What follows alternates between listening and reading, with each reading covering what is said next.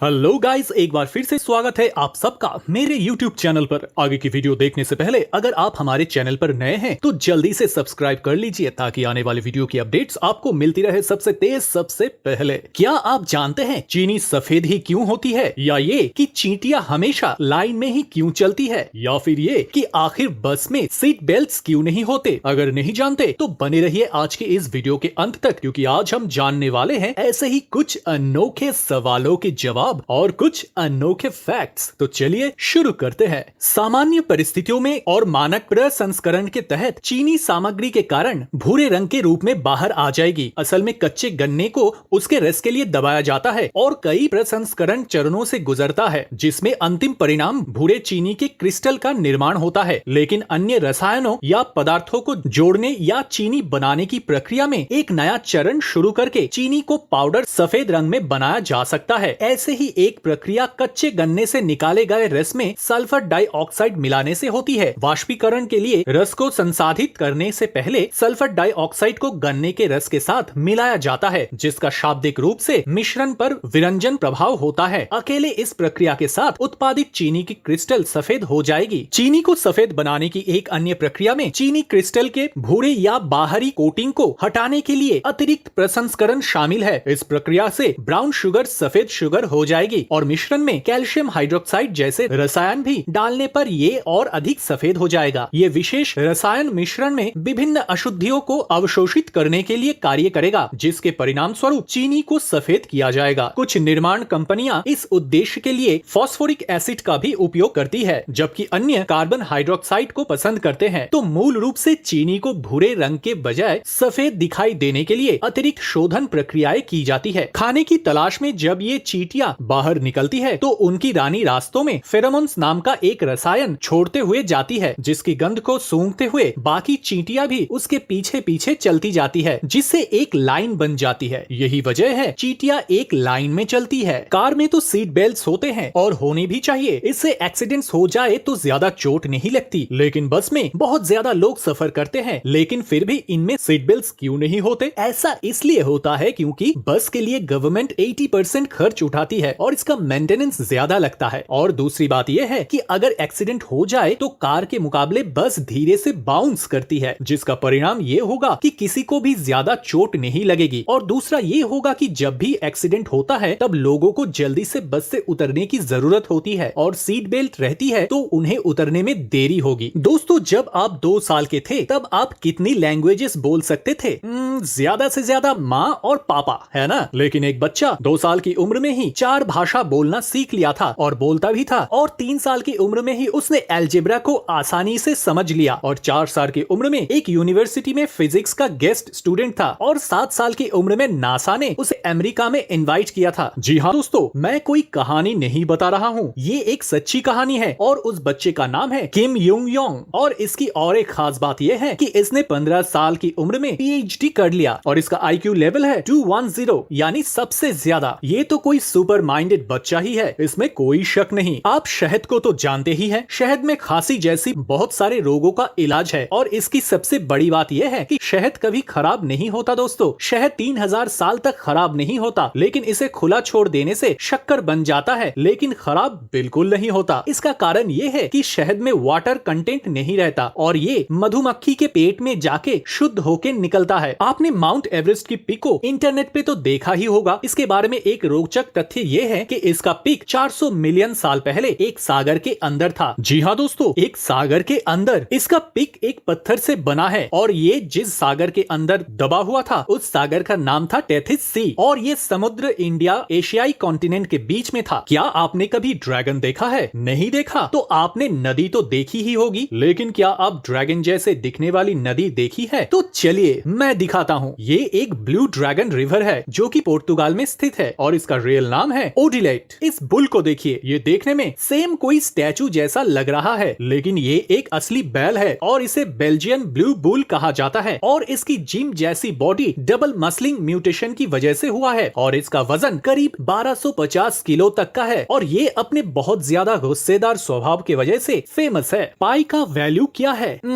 3.145926। लेकिन इसे याद कैसे रखें? चलिए मैं आपको एक सिंपल ट्रिक बताता हूँ। May I have a large container of coffee. मेरे साथ दोहराइए, may I have a large container of coffee. अब इस सेंटेंस में जितने भी वर्ड्स के लेटर्स है उसे काउंट करिए, फिर आपको पीआई की वैल्यू मिलेगी। है ना शानदार? इन दोनों लोगों को देखिए, ये लेदर पकड़ के खड़े हैं, लेकिन आपको बता दूं इन्होंने 1 बिलियन जानवरों की जान बचाई है। अगर आप सोच रहे हो कि कैसे, तो सुनिए, इन्होंने कैक्टस के पत्तों से लेदर बनाया, जिसकी वजह से बहुत सारे जानवरों की हत्या रुक गई है। इनको एक सलाम तो बनता है। क्या आपने कभी रेड बुल पिया है? आपने इसके एडवर्टाइजमेंट में सुना होगा। इसका टैगलाइन है, ये आपको पंख देगा। अभी ये फैक्ट इसी के बारे में है। एनर्जी ड्रिंक रेड बुल का टैगलाइन था, it gives you wings. America में एक व्यक्ति ने रेड बुल के खिलाफ उसे पंख नहीं देने के लिए मुकदमा किया और कंपनी से जुर्माना के रूप में 93 करोड़ लिया। इस हिसाब से तो हम फेयर एंड लवली के खिलाफ और पॉन्ड्स के खिलाफ भी मुकदमा डाल के लखपति बन सकते हैं। ये तो अच्छा जरिया है पैसे कमाने का। हाल ही में एक 22 साल के युवक ने ई वेस्ट से 600 ड्रोन बनाकर पर्यावरण की रक्षा करने के साथ साथ इंडियन आर्मी की मदद की है। इसलिए पीएम मोदी जी ने इन्हें डीआरडीओ साइंटिस्ट घोषित किया है और इन्हें सम्मान भी दिया है। आज के लिए बस इतना ही। वीडियो अच्छी लगी हो तो लाइक शेयर करें और आपको इसमें कौन सा फैक्ट ज्यादा पसंद आया कमेंट करके जरूर बताइए। वीडियो के अंत तक बने रह के सारे फैक्ट्स का ज्ञान प्राप्त करने के लिए धन्यवाद। मिलते हैं अगले वीडियो में, तब तक के लिए बाय बाय।